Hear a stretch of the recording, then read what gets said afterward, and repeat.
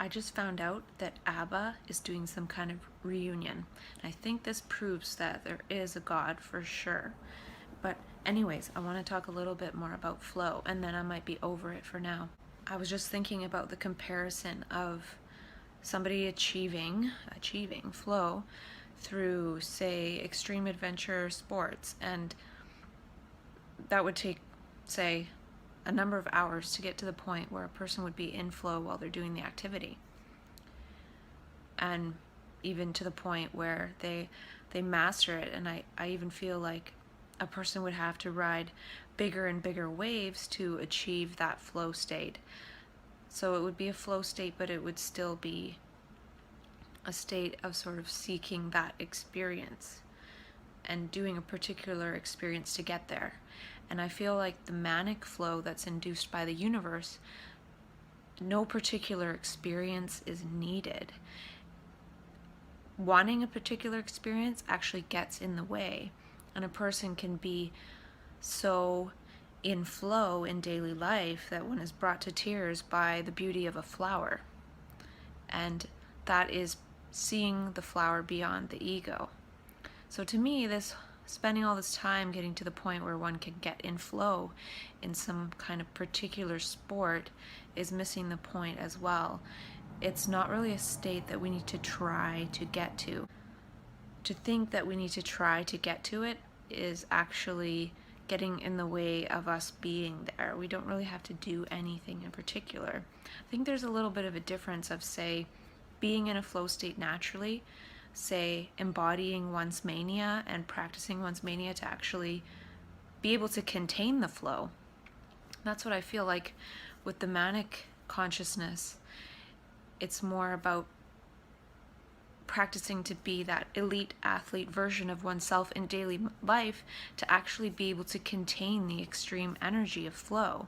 The extreme energy of flow that is the manic consciousness is like a huge wave that one needs to ride in daily life, and one doesn't even have a choice. The power of the universe just brings it in, and it's up to us to sort of embody that and be able to ride that wave in daily life.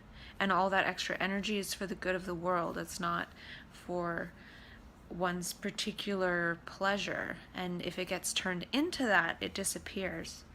So it's interesting how people in extreme adventure sports turn it into sort of like a particular pleasure, and they have to keep repeating it in order to get it back.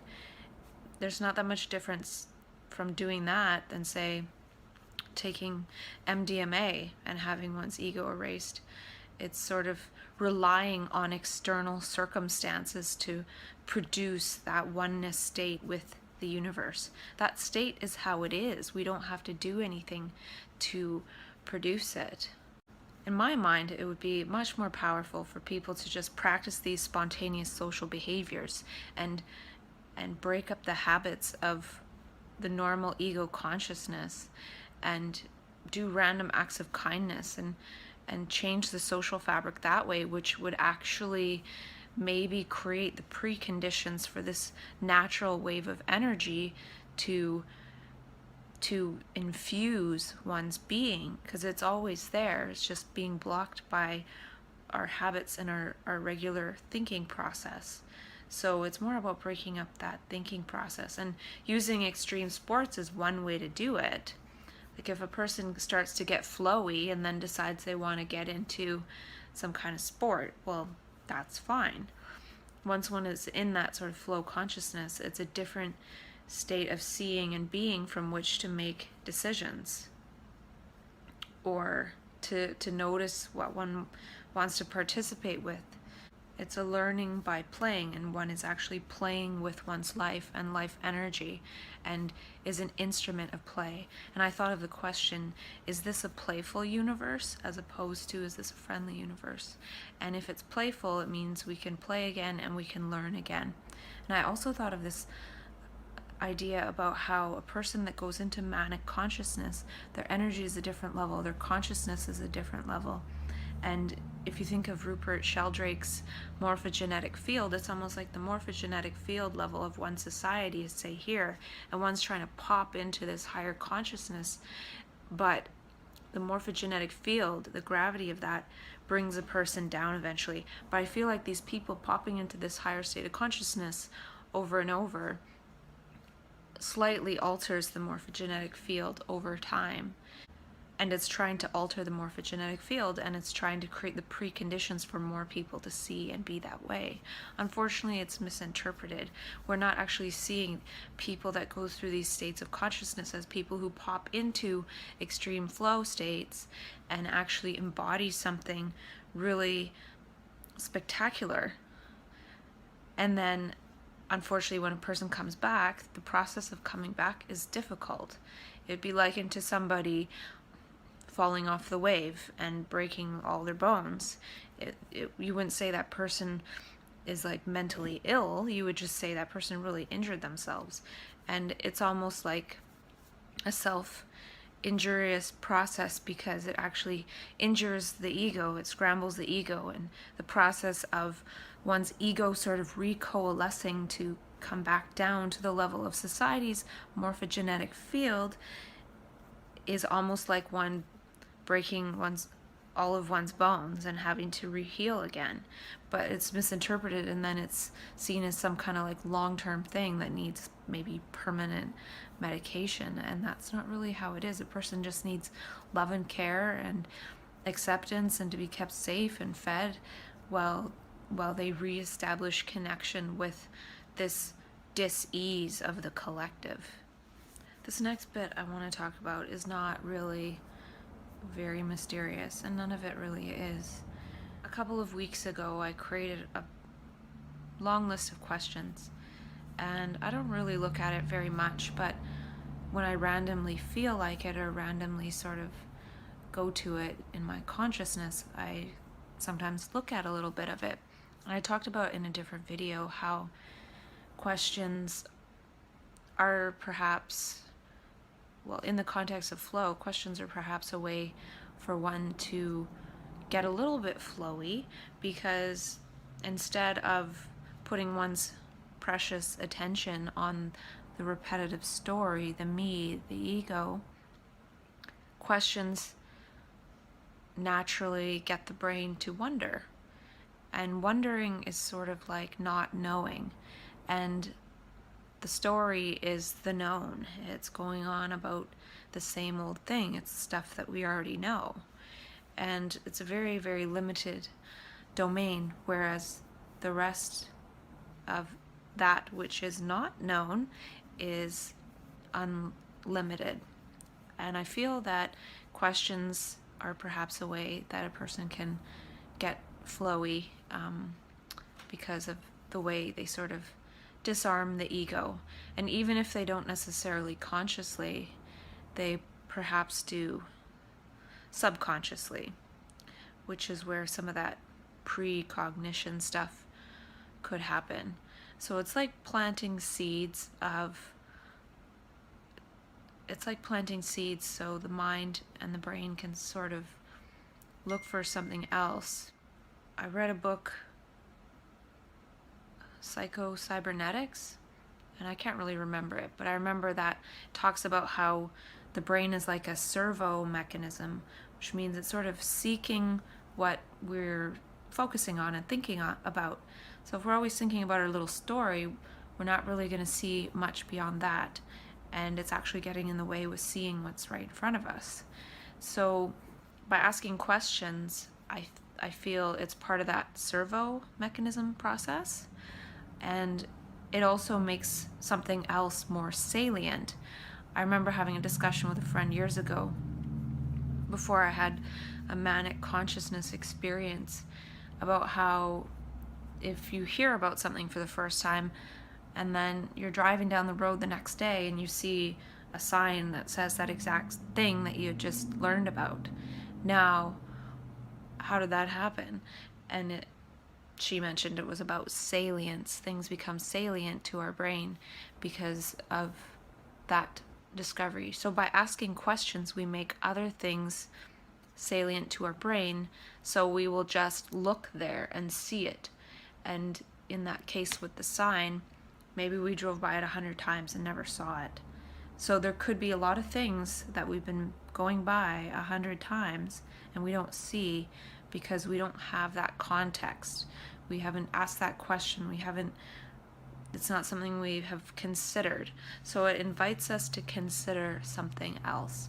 So I encourage you to make a list of your own questions, and maybe a long list, and you can ponder over them, or you can just look over them quickly, and it's a way to get one's brain to start looking for something else. And we have to look outward a little bit for more information.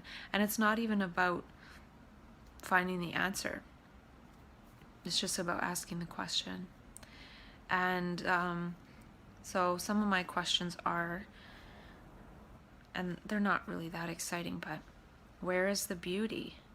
So that's just a question to remind me that when I'm in a state of consciousness, maybe in retrospect, what I notice is in certain states of consciousness, I'll notice beauty. So if I'm noticing beauty, I'm in that state. And I might not be noticing that I'm noticing beauty, but if I'm in a state where I want to consult the questions, then again, I can consider the concept of noticing beauty. Now, the concept of noticing beauty is not the noticing of beauty itself. And so all of these are just concepts, and I'm thinking one day that I would want to let go of concepts and writing things down and stuff, and just not consult things that I've written down in the past. And I'm not yet there, partly because I want to share some of the stuff, or at least talk to myself about it. And what am I grateful for? That's a pretty obvious one. What can I share and what can I give? And that's a world centricity question. And the question I got from Tony Robbins is, what were today's magic moments? And usually for me, those are very simple things, like observing two people smile at each other. And a question I thought of that could be just the only question I would ask myself if I could pick one question. And I might have talked about it before. It's, how are you contagious? And that really brings everything that I feel that I've considered in terms of the manic consciousness and embodying one's mania, and the posture and the gestures towards others, and the world centricity and the sharing and the giving and all of that. It's really acknowledging the ripple I'm putting out there and the resonance and what I'm creating with each beat of my heart. It's how am I contagious? And it's taking responsibility, thinking that every single electrical impulse and electromagnetic field of my body is having an effect on reality larger than I could ever be aware of. And if that were true, how am I contagious? How am I showing up? And not about what I want or what the world can give me or what I need, and all this ego stuff and this desire, or how much TV can I watch tonight, or oh, I can't wait to watch this favorite show. It's how am I contagious? How am I showing up in the world? And the interesting thing is that when one really gets with that, what one needs and what one wants actually is right there. Because what one needs and what one wants is actually just to be one's best self, and then it's just who you are. And when you are who you are and you're capable of learning and thinking for yourself, you don't really need very much else than that. And a lot of these supposed needs that we have come out of this fundamental lack of being in that place where we're actually learning. If we would have never stopped learning as children by being crammed with all that useless information and told how to memorize, and we already knew how to learn, and then they said, sit down in this desk and we're going to teach you how to learn, and you'll be learning, and that actually stopped the learning process. But if that would have never been stopped over time, we would all be freaking geniuses living in utopia.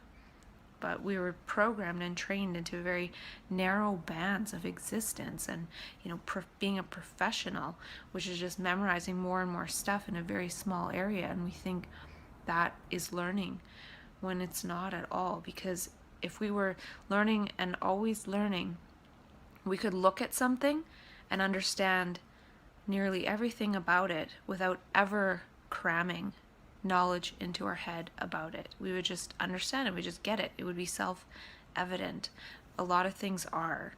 And there's definitely need for knowledge and specialization in a lot of things, but there's a lot that we don't. And by educating people in just a very limited way, and then getting certain band of people to become professionals because they have managed to cram and learn that way, and then the other people who don't learn that way, because that's not learning anyways, they maybe go off in this other direction, and then you got the professionals and the ones that need the professionals because of this divide in the learning. And then we call the other people, well, they just don't get it and blah, blah, blah. But that's not true. It's just their learning process was stopped and they weren't able to cram like the ones that are able to be programmed in that way. And then the ones that are programmed and in society in that way are said, you have the knowledge, let's help these other people. And it creates the whole haves and have-nots, and the smart people and the not as smart people, and now they're starting to talk about multiple lines of intelligence and all that. But society is still designed to reward a certain kind of learning, and that learning is actually perpetuating the design of society as it is, which creates this big divide of people keeping way too much than they actually need, blah, blah, blah. The list goes on. But anyway, I think that we're programmed into being dull and not being able to learn for ourselves. So we look to professionals for the answers, when if our brains were clear, we could actually quite easily understand it ourselves.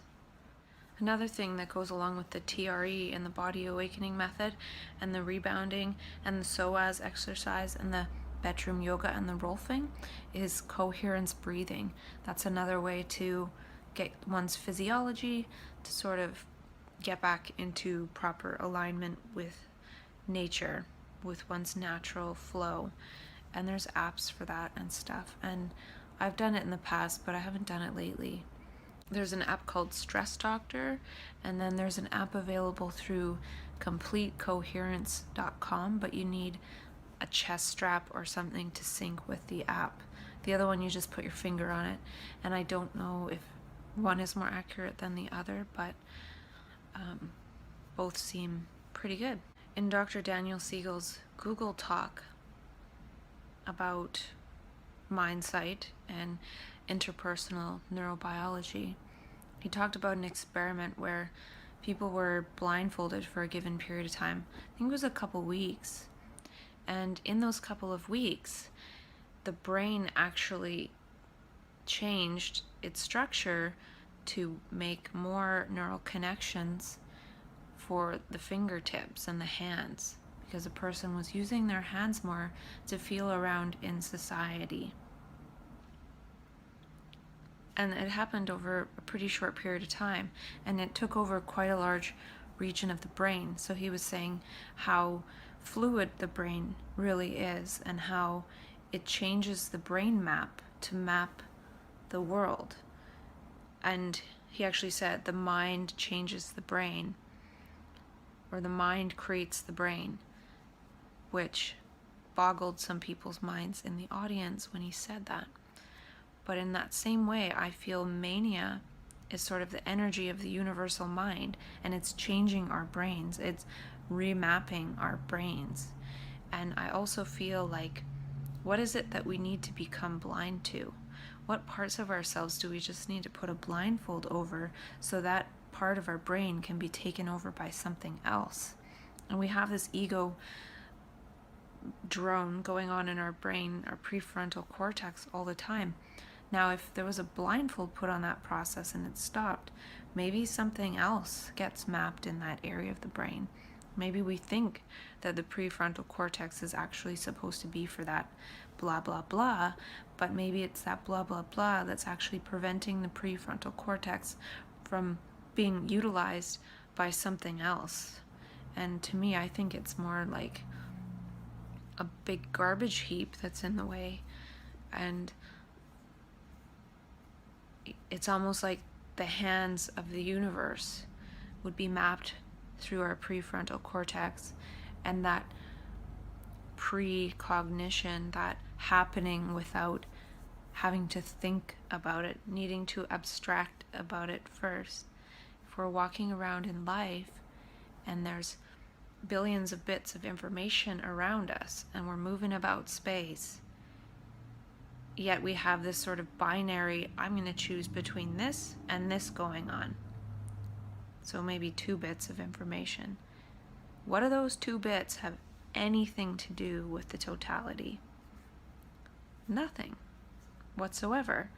Yet we think we need this little decision-making process to guide us when there's the totality, there's the energy. And I think that when we don't have this little thing going on in our prefrontal cortex, that's what comes in and takes over. It's like we have this little man in our head, and he's like a piece of Lego, and he's the one steering this entire complex human organism. And we think that this little piece of Lego is actually running the show, when really it's the entire universe. It's the entire earth. It's the entire Gaia sphere. It's everything. And we're part of that, and we're in that. And it's not different from us. We close our eyes, we open our eyes, and we create what we see, because our brains are mapped and adapted to show us that. If we had a different brain, we would see something different. And if we weren't perfectly adapted to this, we wouldn't see it and interact with it in the way that we do. And in the same way, we can change things, and we need to help reality to level up, because what we have created with just our little binary decision-making process is not what we would have created if we were actually in our creative state, which is our natural flow state. I don't think this is what we would have imagined for ourselves. We created our own prison of work and meaninglessness, and now we're trying to get back to this meaningful flow state within the field of meaninglessness. But we don't question the meaninglessness from which we operate in the first place. I have a question. Can I think in only questions today? And I've talked before in another video somewhere that my brain doesn't really have a linear thought process. At least I don't hear it. I don't hear my own voice, my own head. But I guess it's more amusing just to consult questions sometimes. I only have a few times really, but just to sort of look at them. It's more a game. It's not really thinking, oh, I need to consult the questions or I won't be in flow. It's more like I'm in flow and I can consult questions or not consult questions. It doesn't really matter either way. I was listening to Matt Kahn, and a lot of what he says is nice, and I was enjoying it and stuff, and he said a really cool question actually. He said, who would you be if no one needed you? And in a way that suspends the ego a bit, because it's like, well, all that is kind of false. If nobody needed me, who would I be? And I think I like that question. Because I still definitely participate in stuff thinking it seems like it implies that somebody needs me. If I'm working, say, in the mental health field, it's kind of like, oh, I can help with mental health. So it implies that need. So I like the question of who would I be if no one needed me. If nobody needed me, I probably, I don't know if I would work in mental health. I feel I work in it mostly just because that's the paradigm I was sort of put into. It's like the morphogenetic field of how I was birthed back into this reality. I was birthed back into this reality by going through the mental health paradigm, and I surrendered to it and I just went through it. When really I wanted to say, screw these meds, I'm taking off to California, bye. And I probably would have never seen anybody again. But I decided to stay here and just go through it. So it's just the trajectory of all of that. And I feel like I could take it or leave it. For now, I'm working in it, but if nobody needed me, if I felt no one needed me, and that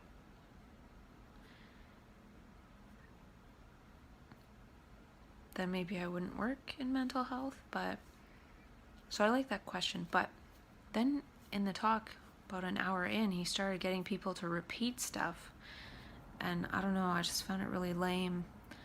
Like, it went on for like a long time. I skipped ahead and it was still happening, and it seemed like 10 minutes, and it just seemed very pacifying. I don't know, like people were just getting lulled to sleep, and I don't know, I didn't like it. It gave me the heebie-jeebies, actually. But I do like a lot of what he has to say. Another question is, how can I have more energy? And if you think about how the ego wastes energy, one thing is to not get caught in one story. That's a way to not waste energy and have more energy. Or if I'm about to eat some kind of food that might not give me as much energy, it's going to make me a little bit more aware if I'm thinking in terms of having more energy. I've actually started going to bed so early lately.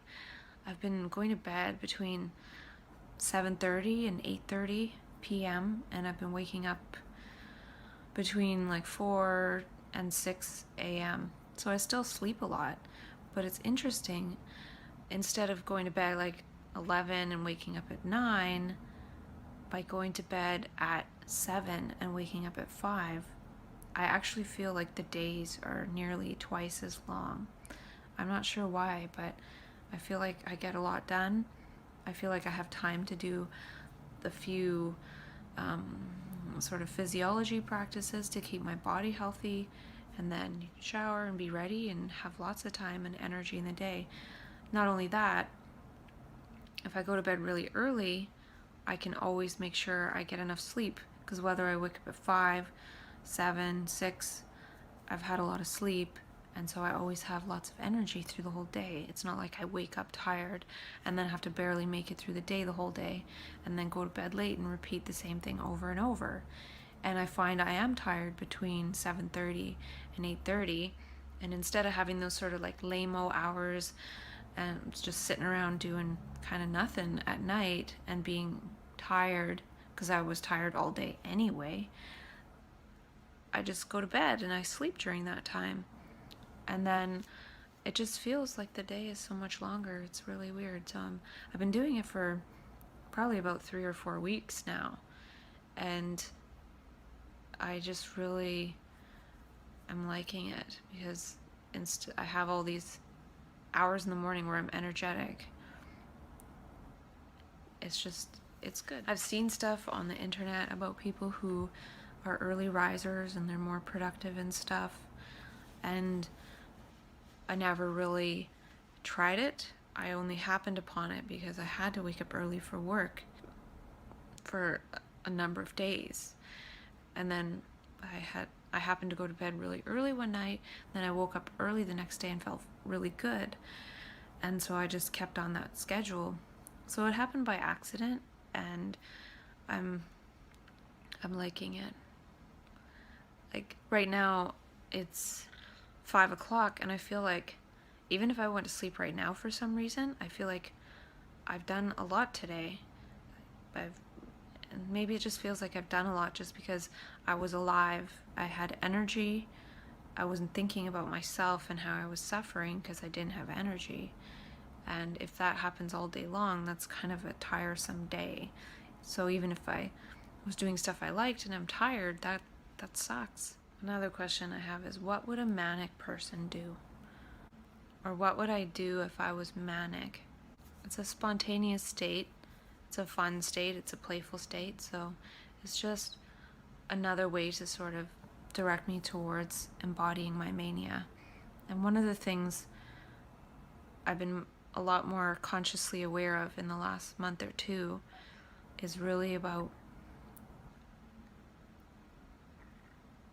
how I'm showing up somewhere. And it seems so obvious, but just really being consciously aware of what it is I'm doing next.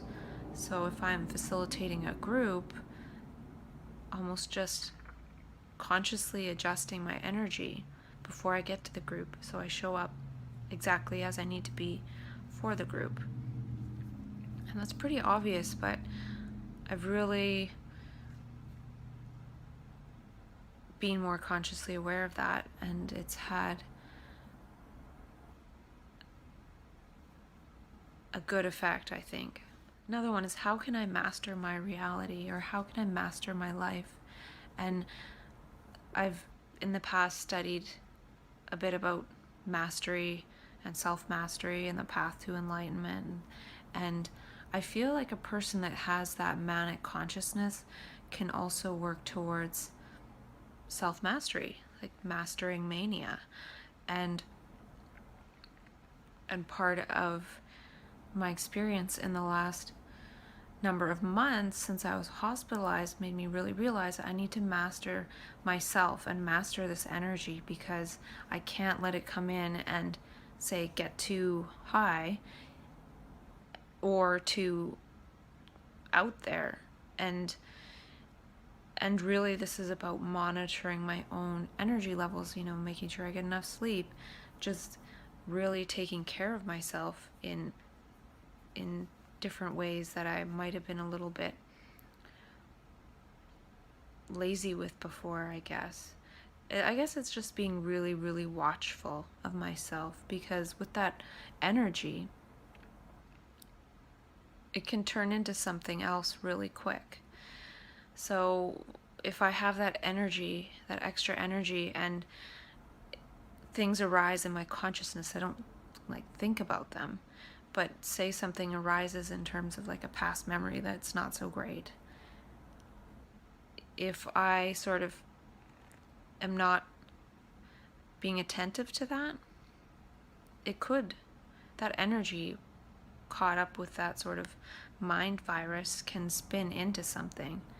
So I've been more watchful to not allow things to spin into something. And it's just actually as simple as being aware of it and seeing it.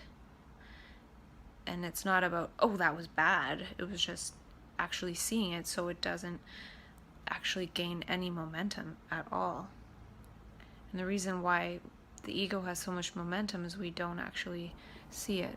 We don't see it as from the perspective of the seer beyond the ego, the witness. So we can witness it. As we witness it, it loses power. So I just picked my finger, for example, and there's blood, right? So if I thought oh my gosh, I'm bleeding, and then I think of that time where there was blood on the red pepper, and then I kind of scare myself, and I get into some kind of fear mode, then maybe my energy would be different, and that if the other energy comes in, it's going to feed whatever kind of energetic state that I'm in. And that's why it's important to really have my physiology in order, and I haven't actually been eating that healthy lately, and it's not really seeming to bother me at all. I do want to actually eat healthier at some point. One of the reasons I haven't been eating so healthy is because I did manage to accumulate a bit of debt because I was in the hospital, and then I was traumatized in the hospital, and then I was like keeping my stress so low because I was afraid to go back to the hospital and be traumatized again.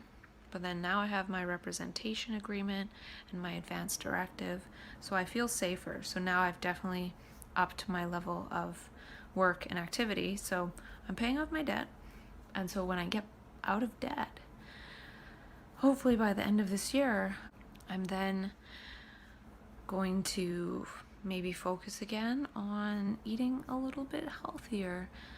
I haven't been eating tons of crap, but I've just been eating a lot of rice with like packaged Indian food goop on it, which is really delicious.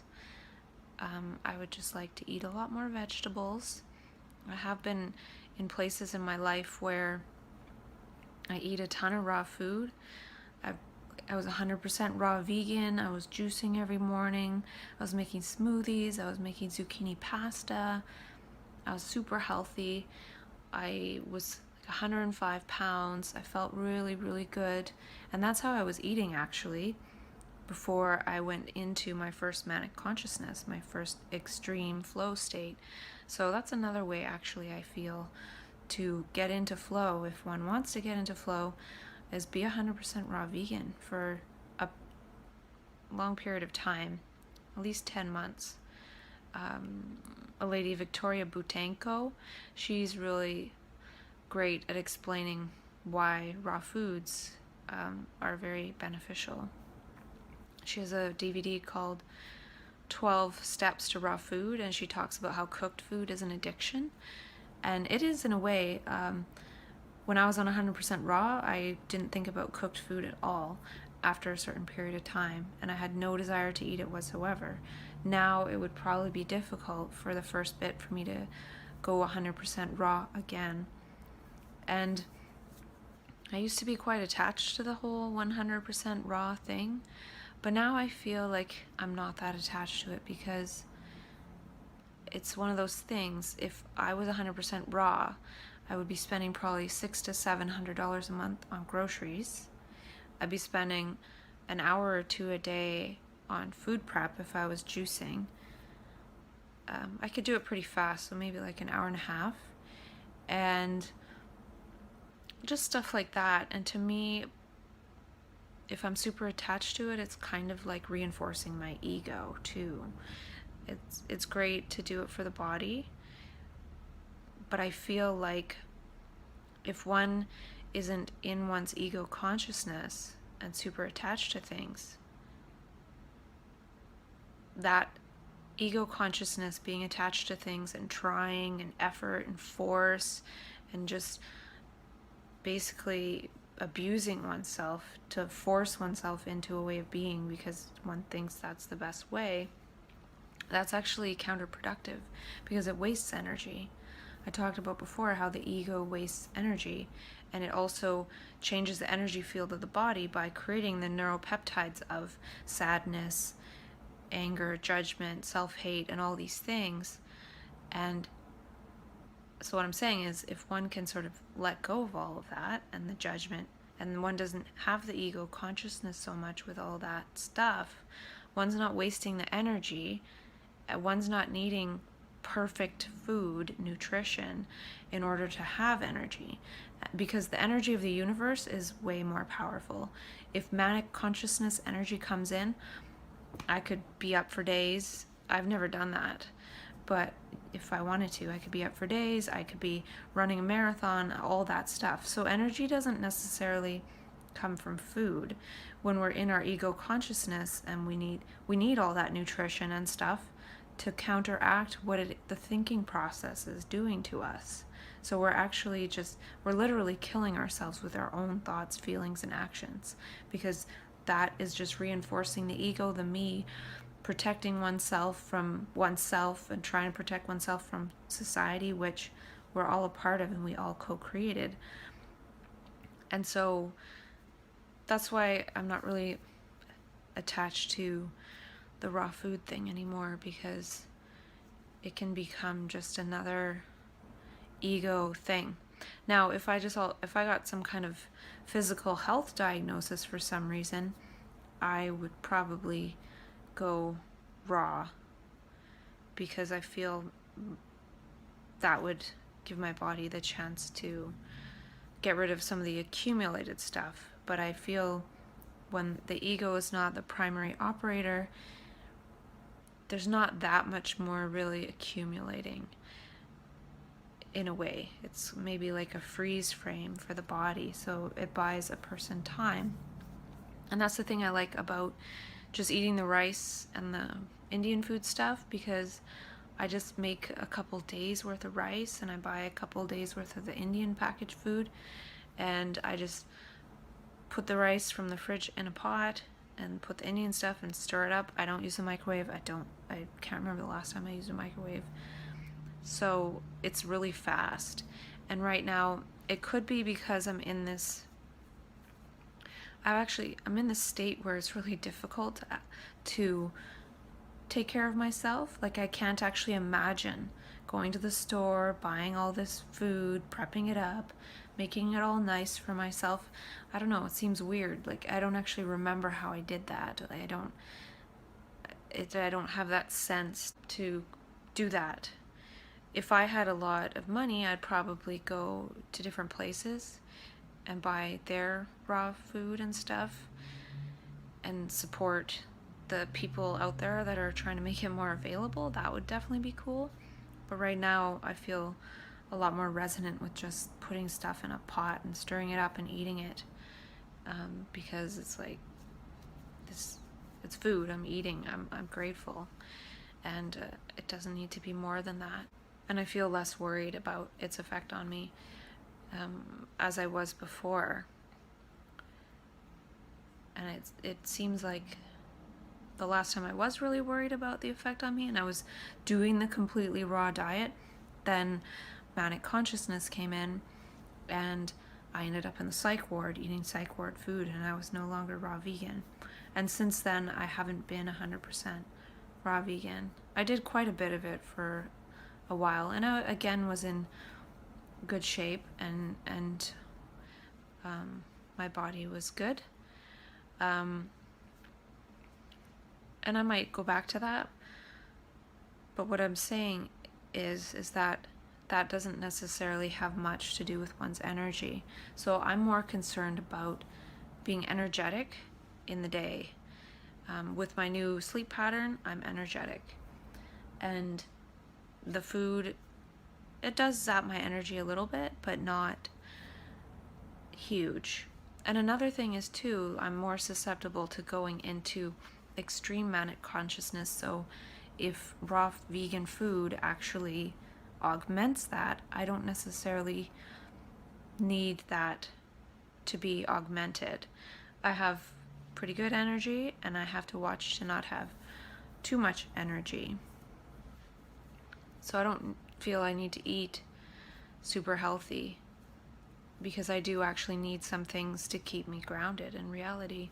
Like, I do take one medication in a relatively small dose, and I feel that keeps me grounded in this reality. And if I didn't take it, I would probably see a lot more than I already see, and I'd probably get kind of upset about it, and I'd also feel I want to take action on it, and then I just would be a ping pong ball.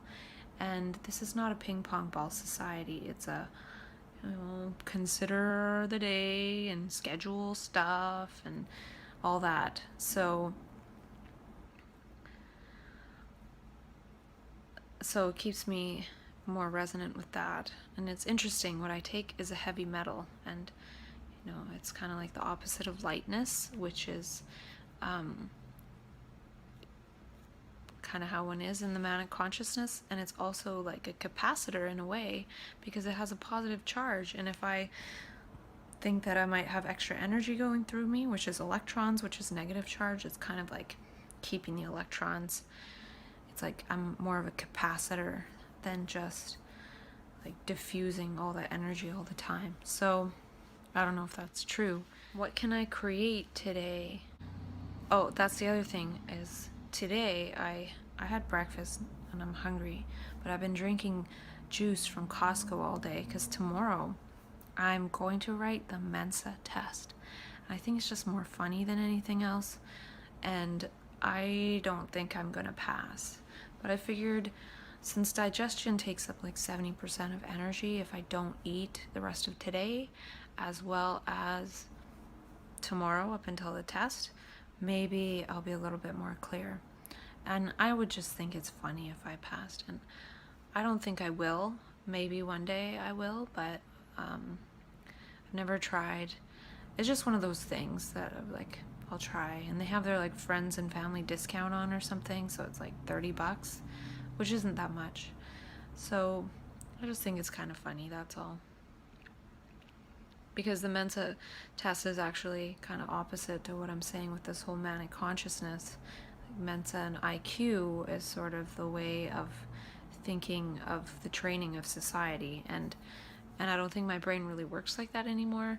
It would be interesting to think of like intelligence as this like vast expanse of possibilities, and then the Mensa IQ is like this one little thing. And I'd like to imagine that my brain maybe encompasses all of it, including the little Mensa thing. But if I don't pass, then it might mean that Mensa is just too narrow-minded, and maybe my brain can't really focus in on that. And either way, I don't give a crap. What can I create today? What is my contribution? What is my gift? What is my service?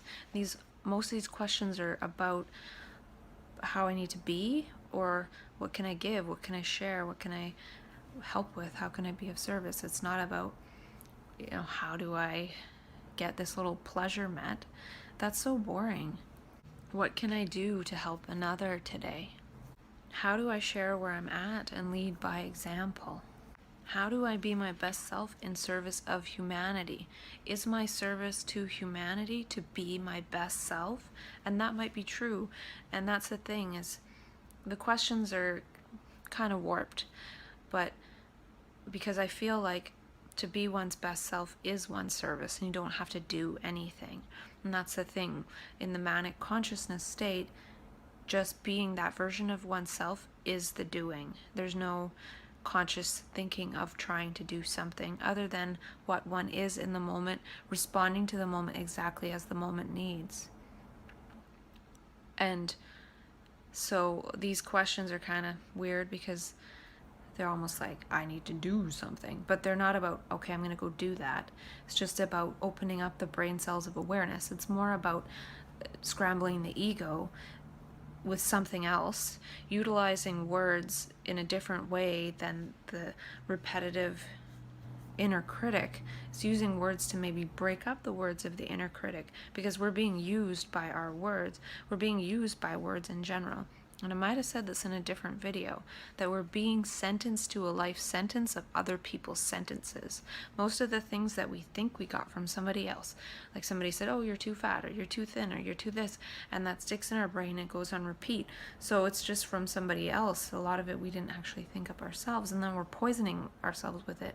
Literally, these thoughts are actually changing our physiology, and they're literally killing us. And then as we walk around in this I'm killing myself state, we are killing other people at the same time. Another question is, what can I see? What is possible to see? What else can I see? And we're so used to seeing the same thing every day that we don't see anything at all. We become habituated to it, and it's there, but it's not there, and it disappears. So we're actually making things disappear until we're living a life where we don't even really like years will go by and we'll be like, what has even happened? Like nothing's really happened in these years. But it's just because we're in this habituated process. And then people say, oh, 30 days to create a new habit. The process of habit itself is flawed. We turned ourselves into a bunch of habits and we think we just need to create new habits. We don't ever see beyond the habit. We don't say, what else can I see? What else is there? And the answer is everything else besides this. But we just don't see it because we don't know there's something else to see. And actually in the DVD, Masks of Madness by Dr. Abram Hoffer, he talks about how he said, I can't remember what it was, I'm going to say 70 or 80% of mental illness is a perceptual disorder. It's a disease or a trouble of seeing. And we usually see with our thoughts, but we're not really, that's not true seeing. And when I think about the states that I've been in where I'm kind of in a psychosis and stuff, it's thoughts and it's images. So though my brain doesn't normally operate that way, it can come in and take me over and nearly kill me. And that's when I really see how dangerous that stuff is. It's really so dangerous, but we don't see it that way. And so that's the thing I've been more aware of and not humoring like I might have before. And that's if something comes into my mind, arises in my consciousness that even resembles that, I just kind of like, not now. That's not happening now. That's not what's happening right now. And not allowing that to spiral at all. Not even to one association. Not even one association at all. Another question I have is it that people just want to be heard? And I've another thing I've been sort of noticing recently is that a lot of times I have the urge to speak and like blah, and share and everything, and I feel like, oh, I have a lot to say, but I've been erring on the side of really listening to people and giving other people the opportunity to speak. Not that I didn't before, but now I'm erring on the side of I will say nothing. And if I'm facilitating a group or something and I could share an example, or I could say, what do you think? I say, what do you think? And give other people a chance to be heard, because I can speak on videos to myself. And by doing that, I'm sort of releasing that energy of speaking, and then in my daily reality where I'm in the relational mind aspect of myself, I'm being more receptive, and I feel like that's changing my energy from having, the urge to speak.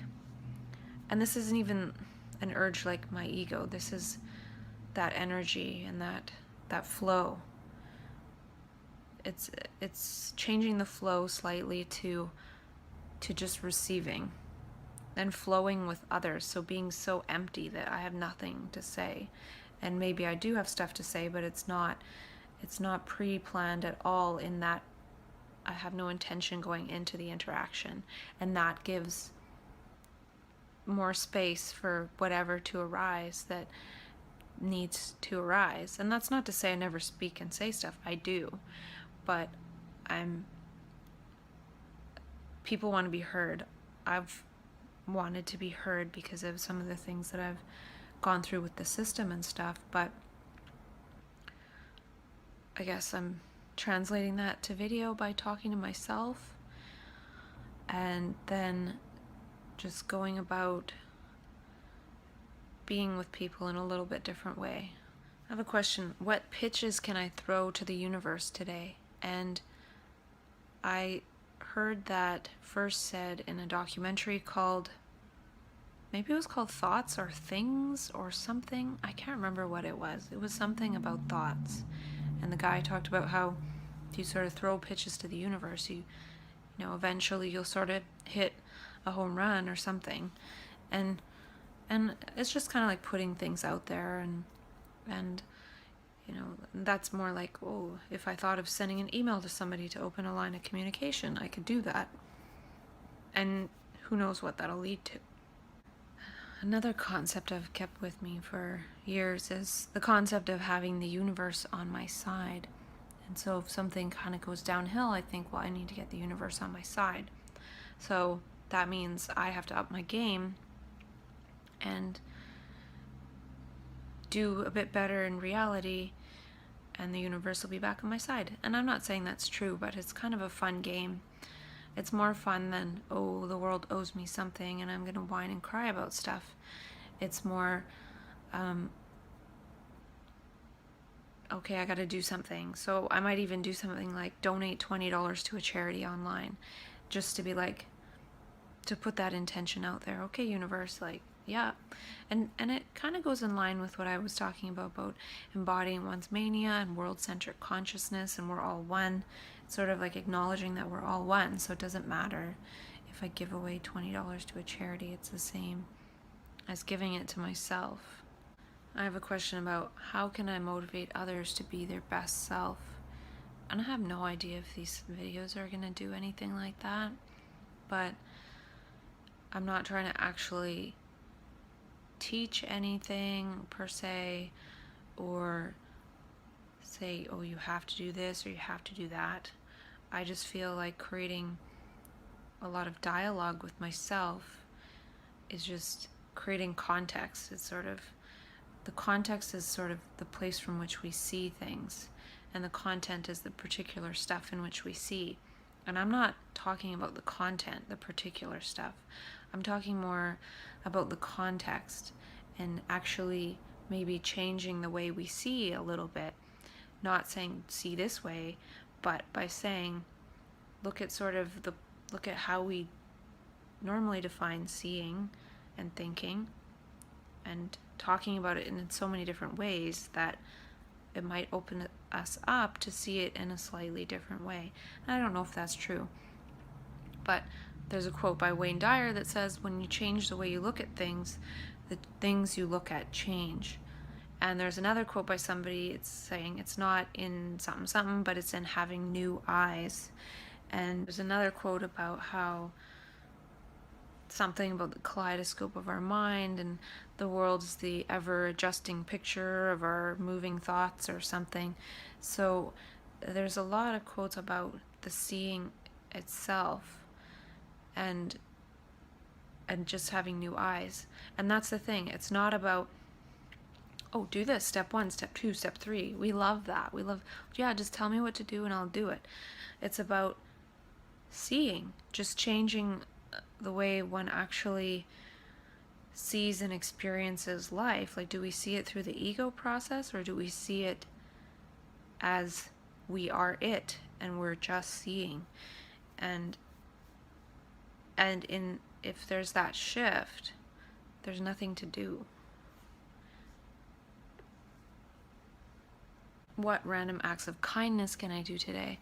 I'm big on random acts of kindness. And the thing with these videos too is that at some point, I think when I start working a little bit less, I want to move into actually doing more of these things instead of like seeing them and seeing and understanding them.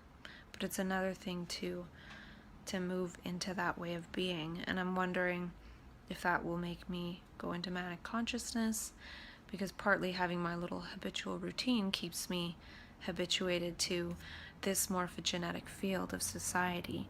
And I'm wondering if I go out and I'm actually in the relational mind, if I'm, changing things by being a bit of a positive social contagion with spontaneous social behaviors, a pattern interrupt, a cognitive dissonance creator, a heart resonator. I'm not sure what that will do. So I'm being a bit cautious about that, but I'm hoping by the time I actually put these videos out there, if I do at all, that I will be embodying my mania, that I will have created a manic lifestyle design at least a couple of days per week, and perhaps even be having some of these dialogues with people out and maybe recording them as well. and going from there. So yeah, it's kind of funny to put all this video stuff together and then just be kind of sitting here like a lump on the couch. But that's not to say I don't do stuff during the day. I do, but it's a little mechanical.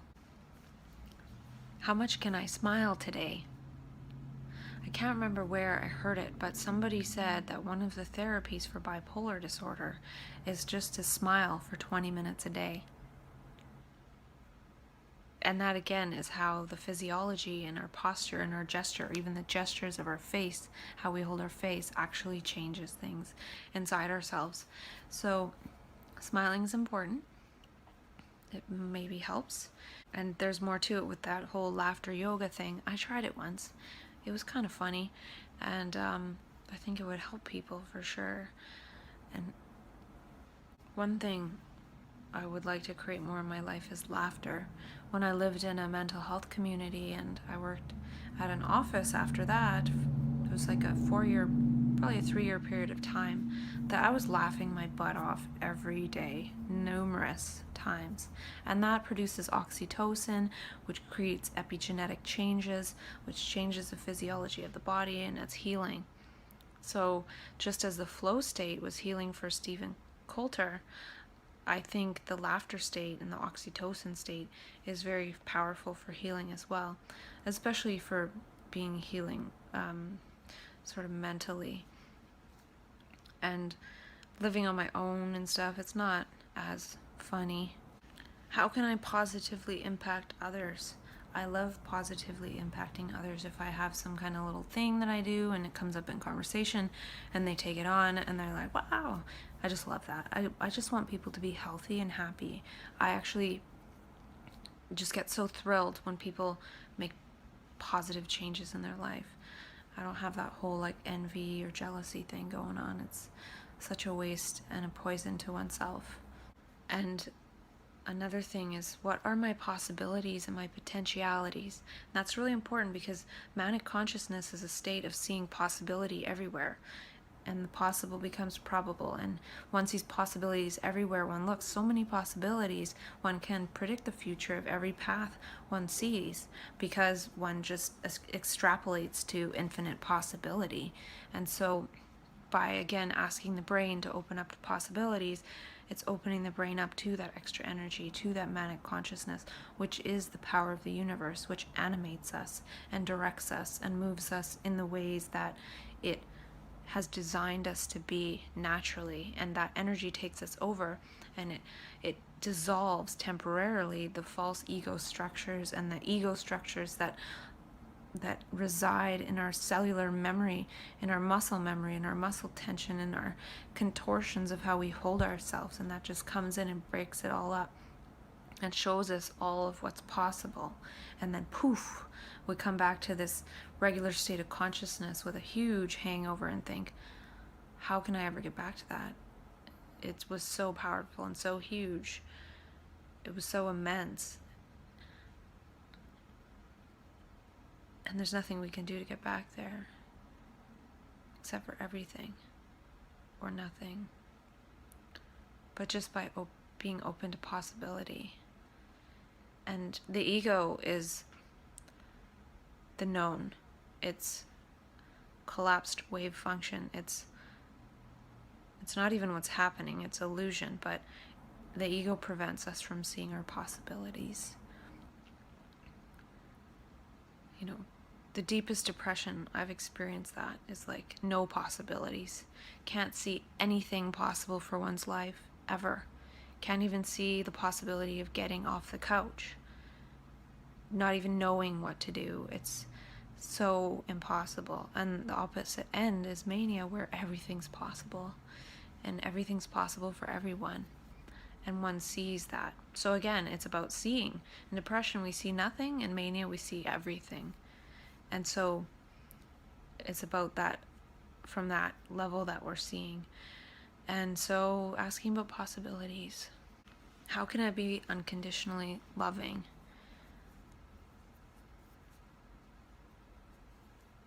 That one's easy and difficult.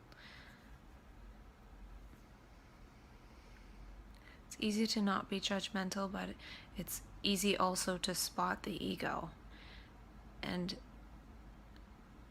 seeing its falseness feels like a judgment, and seeing how it makes people suffer feels like a judgment. And I don't know about that one. And Krishnamurti's question is there a totally different way of living? And that to me is manic consciousness and spontaneous social behaviors. What would it take to get the world to shift from competition to cooperation and collaboration? How do I invite more synchronicity into my life?